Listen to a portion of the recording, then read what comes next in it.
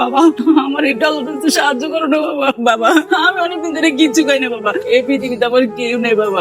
খালা আমার কাছে তো খাওয়ার নাই, আর আমি কইতে সাহায্য করবো তাতে বড় কথা ছাড়ে না। আপনারা যদি এখানে দেখে তাহলে আমার সব শেষ হবে।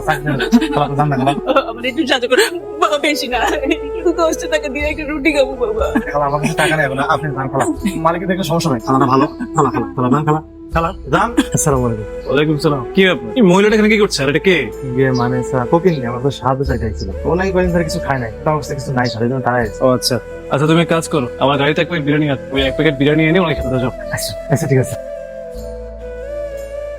খালা এই যে লন বিরিয়ানি খান, আরে আপনারা বিরিয়ানি খাইয়ে দিচ্ছি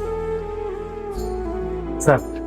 আচ্ছা শোনো, আজকে আমার একটা ইম্পর্টেন্ট মিটিং আছে বুঝছো, আমার ফিরতে একটু দেরি হবে, তুমি কিন্তু ঘুমিয়ে পড়বে, আমি আসলে গেটটা খুলে দিবি, ঠিক আছে? আসসালামু আলাইকুম। মা মা তুমি এখানে কি করতেছো?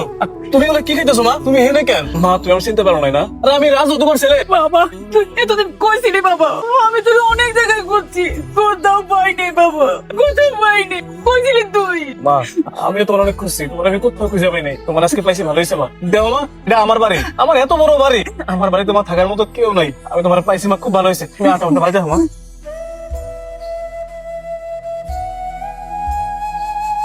বাজান তুই এতদিন কইছিলি বাবা, আমি তোর কত জায়গায় ঘুরছি বাজান, কোথাও তোর পাই নাই।